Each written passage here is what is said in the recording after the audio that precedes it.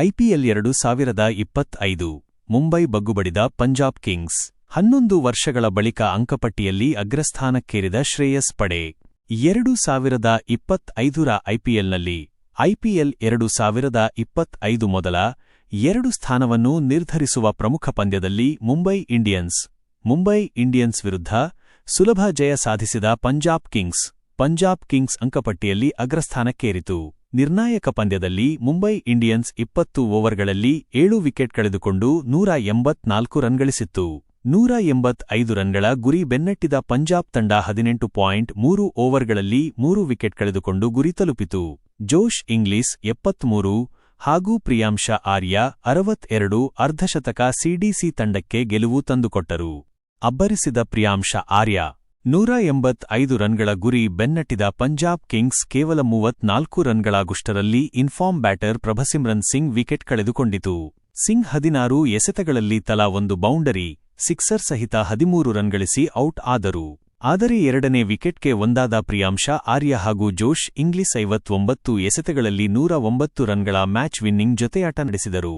ಪ್ರಿಯಾಂಶ ಆರ್ಯ 35 ಎಸೆತಗಳಲ್ಲಿ 9 boundary, 2 sixer ಸಹಿತ 62 run ಗಳಿಸಿ out ಆದರು. ಸ್ಫೋಟಕ ಬ್ಯಾಟಿಂಗ್ ಮಾಡಿದ ಜೋಸ್ ಇಂಗ್ಲಿಸ್ 42 ಎಸೆತಗಳಲ್ಲಿ 9 ಬೌಂಡರಿ, 3 ಸಿಕ್ಸರ್ಗಳ ಸಹಿತ 73 ರನ್ ಗಳಿಸಿ ಗೆಲುವಿಗೆ 14 ರನ್ಗಳ ಅಗತ್ಯವಿದ್ದಾಗ ವಿಕೆಟ್ ಒಪ್ಪಿಸಿದರು. ನಾಯಕ ಶ್ರೇಯಸ್ ಅಯ್ಯರ್ 16 ಎಸೆತಗಳಲ್ಲಿ 1 ಬೌಂಡರಿ, 2 ಸಿಕ್ಸರ್ಗಳ ಸಹಿತ 26 ರನ್ ಗಳಿಸಿ ತಂಡವನ್ನ ಗೆಲುವಿನ ಗಡಿ ದಾಟಿಸಿದರು. ಮುಂಬೈ ಪರ ಮಿಚೆಲ್ ಸ್ಯಾಂಟ್ನರ್ 41ಕ್ಕೆ 2 ವಿಕೆಟ್ ಪಡೆದರೆ ಬುಮ್ರಾ 23ಕ್ಕೆ 1 ವಿಕೆಟ್ ಪಡೆದರು. ಪಂಜಾಬ್ ಕಿಂಗ್ಸ್ ಈ ಗೆಲುವಿನೊಂದಿಗೆ ಟೂರ್ನಿಯಲ್ಲಿ 14 ಪಂದ್ಯಗಳಲ್ಲಿ 9 ಗೆಲುವುಗಳ ಸಹಿತ 19 ಅಂಕ ಪಡೆದು ಅಗ್ರಸ್ಥಾನಕ್ಕೇರಿತು.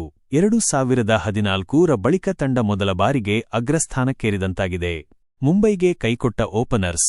ಟಾಸ್ ಸೋತು ಬ್ಯಾಟಿಂಗ್ ಆರಂಭಿಸಿದ ಮುಂಬೈ ಇಂಡಿಯನ್ಸ್ ಸ್ಫೋಟಕ ಆರಂಭ ಪಡೆಯಲು ವಿಫಲವಾಯಿತು. ಮೊದಲ ವಿಕೆಟ್ಗೆ ರೋಹಿತ್ ರಯಾನ್ ರಿಕಲ್ಟನ್ ಜೋಡಿ 45 ರನ್ಗಳ ಜೊತೆಯಾಟ ನಡೆಸಿತು. ರಿಕಲ್ಟನ್ 20 ಎಸೆತಗಳಲ್ಲಿ 5 ಬೌಂಡರಿಗಳ ಸಹಿತ 27 ರನ್ ಗಳಿಸಿ ಔಟ್ ಆದರು. ರೋಹಿತ್ ಶರ್ಮಾ ಕೂಡ ನಿರೀಕ್ಷಿತ ಪ್ರದರ್ಶನ ತೋರುವಲ್ಲಿ ಮತ್ತೊಮ್ಮೆ ವಿಫಲರಾದರು. ಶರ್ಮಾ 22 ಎಸೆತಗಳಲ್ಲಿ 2 ಬೌಂಡರಿ, 1 ಸಿಕ್ಸರ್ ಸಹಿತ 24 ರನ್ ಗಳಿಸಿ ಔಟ್ ಆದರು. ನಂತರ ಬಂದ ತಿಲಕ್ ವರ್ಮಾ ಕೇವಲ 1 ರನ್ಗೆ ವಿಕೆಟ್ ಒಪ್ಪಿಸಿ ನಿರಾಶೆ ಮೂಡಿಸಿದರು. ವಿಲ್ ಜಾಕ್ಸ್ ಕೂಡ 8 ಎಸೆತಗಳಲ್ಲಿ 17 ರನ್ ಗಳಿಸಿ ಔಟ್ ಆದರು. ಅಲ್ಪ ಮೊತ್ತಕ್ಕೆ ಕುಸಿಯುವ ಭೀತಿ ಎದುರಿಸಿದ್ದ ಮುಂಬೈಗೆ ನಾಯಕ ಹಾರ್ದಿಕ್ ಪಾಂಡ್ಯ ಹಾಗೂ ಸೂರ್ಯಕುಮಾರ್ ಯಾದವ್ ಚೇತರಿಕೆ ನೀಡಿದರು.